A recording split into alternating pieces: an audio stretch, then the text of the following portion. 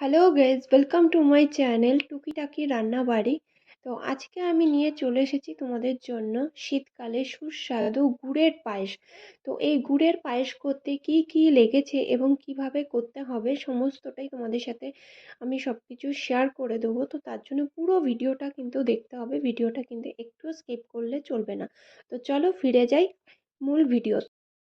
তো এখানে প্রথমে আমি ফুল ফ্যাট মিল্ক নিয়ে নিয়েছি এবং গ্যাসটাকে কিন্তু আমি হাই ফ্লেমেই রেখে দিয়েছি যাতে তাড়াতাড়ি দুধটা জাল হতে পারে।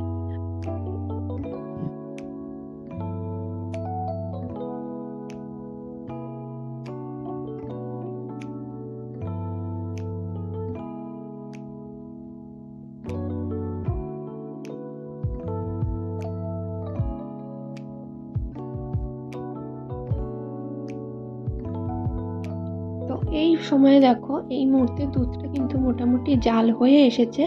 এবার আমি এখানে দিয়ে দেবো দুটো ছোট এলাচ ফাটিয়ে দিচ্ছি যাতে ফ্লেভারটা আসার জন্য।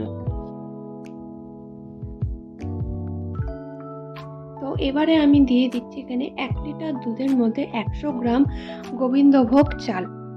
এটাকে কিন্তু আগে থেকে ভিজিয়ে রাখা ছিল, তো ভিজিয়ে রাখা চালটা এবার দুধের মধ্যে দিয়ে দিতে হবে।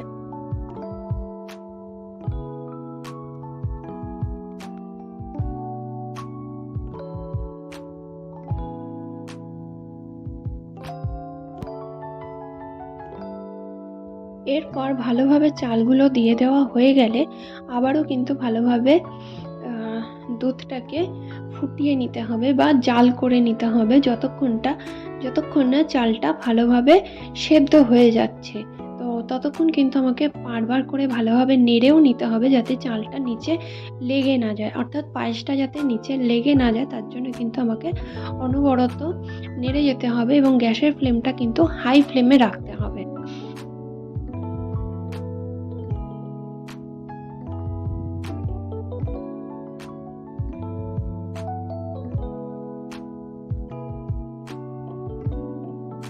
এরপর চালটা ভালোভাবে সেদ্ধ হয়ে গেলে আমাকে কিন্তু ভালোভাবে এখানে কিশমিশগুলো দিয়ে দিচ্ছি। তো কিশমিশগুলো আগে দিয়ে দেওয়ার জন্য কি হবে, কিশমিশগুলো ভালোভাবে ফুলে ফুলে যাবে।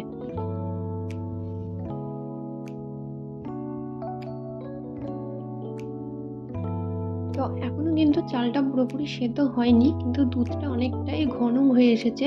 চালটা যখন পুরোপুরি ভালোভাবে সেদ্ধ হয়ে যাবে তখন কিন্তু এখানে দিয়ে দিতে হবে পরিমাণ মতন মিষ্টি।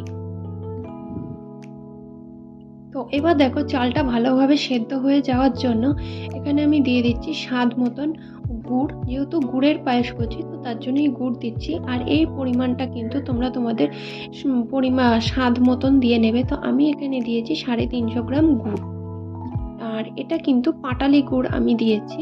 তোমরা তোমাদের পছন্দ মতো আর স্বাদ মতো গুড় দেবে। দিয়ে এটাকে কিন্তু ভালোভাবে আমাকে নেড়ে নিতে হবে যাতে ভালোভাবে গুড়গুলো তাড়াতাড়ি গলে যায় এবং পায়েসটাও যাতে নিচে লেগে না যায়।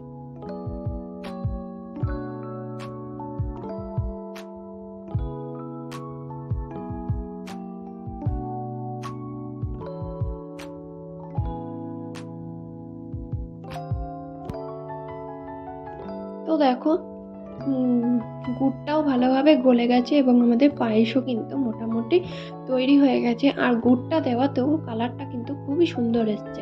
এবার কিন্তু আমি গ্যাসটা অফ করে দিলাম। তো যেহেতু পায়েসটা হয়ে গেছে তো চলো পায়েসটা সার্ভ করে তোমাদের সামনে তুলে ধরছি।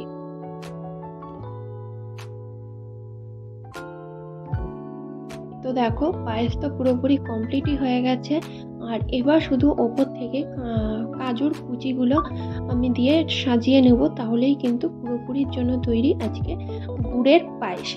তো চলো, ভিডিওটা কেমন লাগলো সেটা লাইক কমেন্ট শেয়ার করে জানাতে একদম ভুলবে না। তো চলো, আজকের মতন এখানেই শেষ করছি।